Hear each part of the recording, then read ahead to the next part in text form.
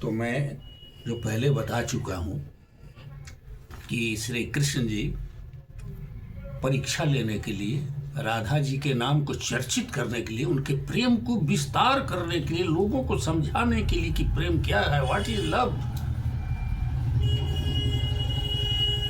नारद जी को कहे कि हे मुनि नारद जी, हे ब्रह्मा जी के पुत्र, आप तो पूरा ज्ञानी पुरुष हैं, आप तो हम लोगों के गुरु हैं।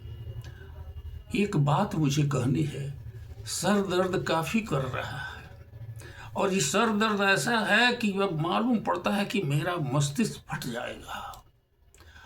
आप कहीं से भी, किसी से भी, या अपना भी, किसी के पैर के तलवा की मिट्टी को जरा सा झाड़ के ला दीजिए ताकि मैं उसको मल लूँगा तो ये आराम हो जाएगा। इस दर्द की दवा यही एक है, इसके अलावा यह दर्द आराम होना संभव नहीं है।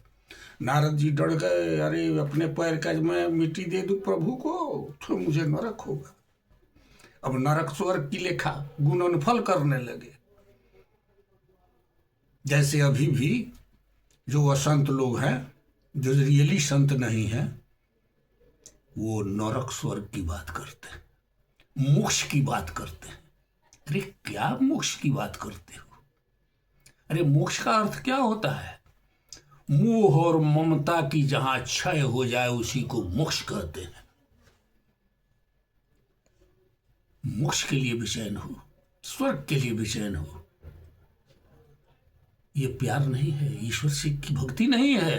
ये तुम्हारा स्वार्थ यहां छुपा हुआ है, इस माला में, इस चंदन में, दाढ़ी में, जटा में, ये मुछमुंडा में। तुम जिस प्रकार भी हो, तुम्हारे अंदर स्वार्थ छिपा हुआ है।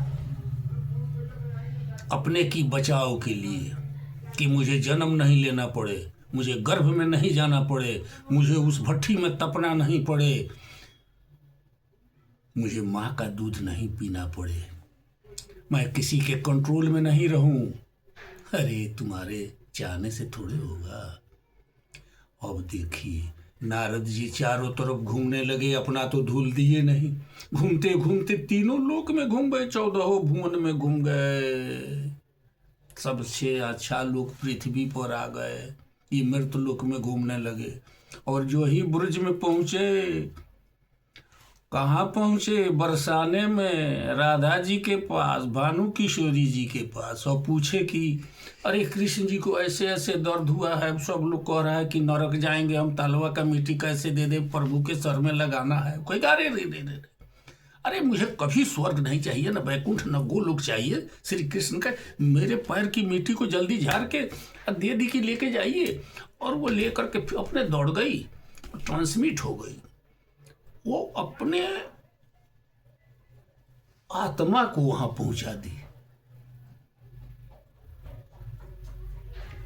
और श्री कृष्ण जी के सर में अपने पैर की मिट्टी लगाने लगी। कही प्रभु आप अच्छा हो जाएं, मुझे नरक हो कोई बात नहीं है, मुझे स्वर्ग नहीं चाहिए, लेकिन आप संतों को तो स्वर्ग चाहिए ना, आप प्रवचनकर्ताओं को स्वर्ग चाहिए, आप भागवतकारों को स्वर्ग चाहिए, आप रामचरितमानस वाल्मीकि रामायण पढ़ने वाले को क्या चाहिए? स्वर्ग चाहिए।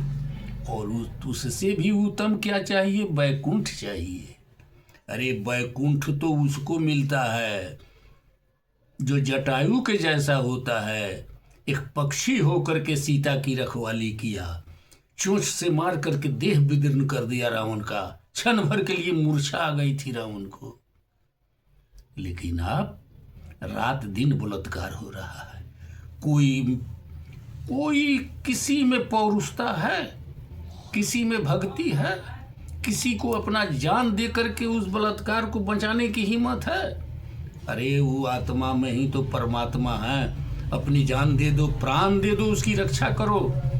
ये रामायण पढ़ने से नहीं होगा, ये फोटो लगा के चंदन और प्रवचन करने से नहीं होगा। अनुसरण करो, अनुसरण करो, प्रेम करो, हृदय से करो, जैसे भी हो करो, जहाँ भी हो करो, समर्पण करो। बस सारी आत्माओं में अपनी आत्मा की जैसा विचार रखो, मुझे जिस प्रकार तकलीफ होती है, मुझे जिस प्रकार भूख लगती है, मेरी उंगली कट जाती है तो काफ़ी दर्द होता है, किसी खस्सी का कुर्बानी करने में, देवी जी को चढ़ाने में कितना दर्द होता होगा, इसकी फीलिंग तुम में हो। और नारी की इज्जत करो, नारी से ही सारे लोग हैं। ध्रुव नारी नर की खान है, उनसे ही जन्म ध्रुव प्रहलाद और हनुमान नबी जान हैं। उनकी कदर करो। कहते हो कि माँ के तलवे में जन्नत है, क्या नए बीबी को जब तुम लाते हो और तलाक करके भगा देते हो तो क्या उसके बच्चे जो हैं उसके लिए ये माँ हुई, तो इसके तलवे में जन्नत नहीं है, वहाँ जहन्नम है। मैं फिर आगे बताऊंगा, तभी मैं वाणी विराम देता हूँ।